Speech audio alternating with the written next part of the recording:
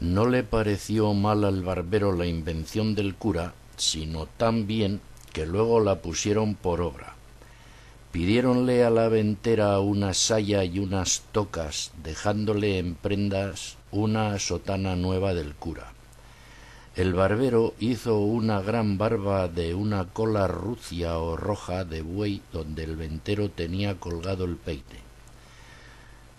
Preguntóles la ventera que para qué le pedían aquellas cosas.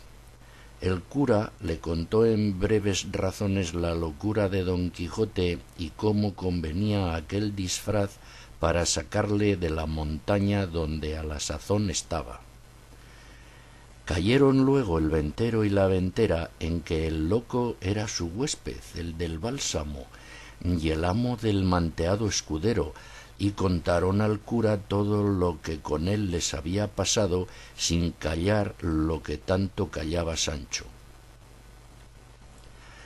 En resolución, la ventera vistió al cura de modo que no había más que ver. Púsole una saya de paño llena de fajas de terciopelo negro de un palmo en ancho, todas acuchilladas, y unos corpiños de terciopelo verde guarnecidos con unos ribetes de raso blanco,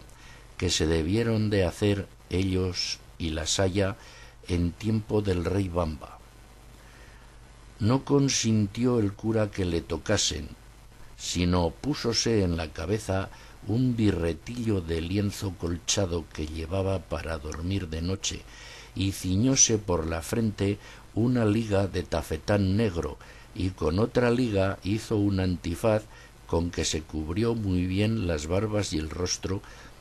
encasquetóse su sombrero, que era tan grande que le podía servir de quitasol, y cubriéndose su herreruelo, subió en su mula a mujeriegas, y el barbero en la suya, con su barba que le llegaba a la cintura, entre roja y blanca, como aquella que, como se ha dicho, era hecha de la cola de un buey barroso. Despidiéronse de todos y de la buena de Maritornes, que prometió de rezar un rosario, aunque pecadora, porque Dios les diese buen suceso en tan arduo y tan cristiano negocio como era el que habían emprendido. Mas apenas hubo salido de la venta, cuando le vino al cura un pensamiento que hacía mal en haberse puesto de aquella manera, por ser cosa indecente que un sacerdote se pusiese así, aunque le fuese mucho en ello, y diciéndoselo al barbero, le rogó que trocasen trajes, pues era más justo que él fuese la doncella menesterosa, y que él haría el escudero, y que así se profanaba menos su dignidad, y que si no lo quería hacer, determinaba de no pasar adelante, aunque a Don Quijote se le llevase el diablo. En esto llegó Sancho, y de ver a los dos en aquel traje no pudo tener la risa.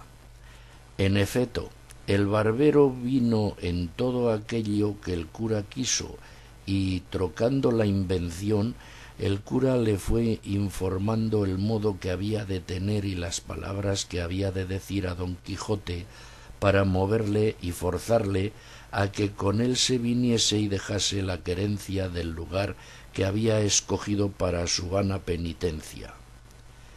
El barbero respondió que sin que se le diese lición él lo pondría bien en su punto. No quiso vestirse por entonces hasta que estuviesen junto de donde Don Quijote estaba,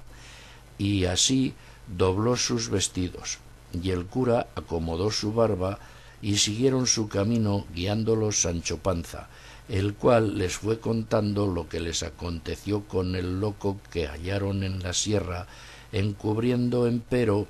el hallazgo de la maleta y de cuanto en ella venía, que maguer de tonto era un poco codicioso el mancebo. Otro día llegaron al lugar donde Sancho había dejado puestas las señales de las ramas para acertar el lugar donde había dejado a su señor, y en reconociéndole les dijo cómo aquella era la entrada y que bien se podían vestir, si era que aquello hacía al caso para la libertad de su señor, porque ellos le habían dicho antes que el ir de aquella suerte y vestirse de aquel modo era toda la importancia para sacar a su amo de aquella mala vida que había escogido, y que le encargaban mucho que no dijese a su amo quién ellos eran, ni que los conocía, y que si le preguntase cómo se lo había de preguntar, si dio la carta a Dulcinea, dijese que sí, y que por no saber leer le había respondido de palabra, diciéndole que le mandaba, so pena de la su desgracia, que luego al momento se viniese a ver con ella, que era cosa que le importaba mucho, porque con esto y con lo que ellos pensaban decirle, tenían por cosa cierta reducirle a mejor vida y hacer con él que luego se pusiese en camino para ir a ser emperador o monarca, que en lo de ser arzobispo no había de qué temer. Todo lo escuchó Sancho y lo tomó muy bien en la memoria, y les agradeció mucho la intención que tenían de aconsejar a su señor fuese emperador y no arzobispo, porque él tenía para sí que para hacer mercedes a sus escuderos más podían los emperadores que los arzobispos andantes. También les dijo que sería bien que él fuese delante a buscarle y darle la respuesta de su señora, que ya sería ella bastante a sacarle de aquel lugar sin que ellos se pusiesen en tanto trabajo. Parecióles bien lo que Sancho Panza decía, y así determinaron de aguardarle hasta que volviese con las nuevas del hallazgo de su amo. Entróse Sancho por aquellas quebradas de la sierra, dejando a los dos en una por donde corría un pequeño y manso arroyo, a quien hacían sombra agradable y fresca otras peñas y algunos árboles que por allí estaban. El calor y el día que allí llegaron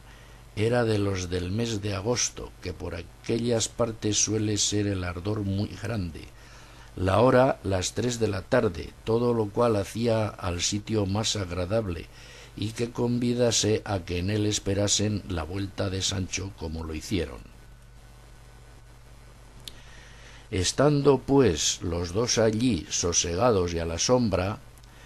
llegó a sus oídos una voz que, sin acompañarla son de algún otro instrumento, dulce y regaladamente sonaba, de que no poco se admiraron por parecerles que aquel no era lugar donde pudiese haber quien tan bien cantase. Porque, aunque suele decirse que por las selvas y campos se hallan pastores de voces extremadas, más son encarecimientos de poetas que verdades, y más cuando advirtieron que lo que oían cantar eran versos, no de rústicos ganaderos, sino de discretos cortesanos, y confirmó esta verdad haber sido los versos que oyeron estos: ¿Quién menoscaba mis bienes, desdenes? ¿Y quién aumenta mis duelos,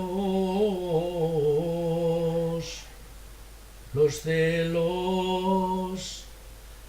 ¿Y quién prueba mi paciencia, ausencia?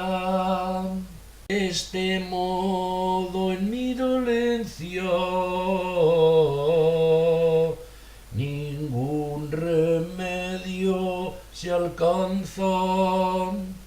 pues me matan la esperanza, desdenes, celos y ausencia. ¿Quién me causa este dolor, amor? ¿Y quién mi gloria repugna, fortuna? ¿Y quién consiente en mi duelo, cielo. De ese modo yo recelo morir de este mal extraño, pues se aumentan en mi daño amor, fortuna y el cielo. ¿Quién mejorará mi suerte? La muerte. Y el bien de amor, ¿quién le alcanza? Mudanza. Y sus males, ¿quién los cura? Locura. De ese modo no es cordura querer curar la pasión cuando los remedios son muerte, mudanza y locura. La hora, el tiempo, la soledad, la voz y la destreza del que cantaba causó admiración y contento en los dos oyentes, los cuales se estuvieron quedos, esperando si otra alguna cosa oían, pero viendo que duraba algún tanto el silencio, determinaron de salir a buscar el músico que con tan buena voz cantaba, y queriéndolo poner en efeto, hizo la mesma voz que no se moviesen, la cual llegó de nuevo a sus oídos cantando este soneto.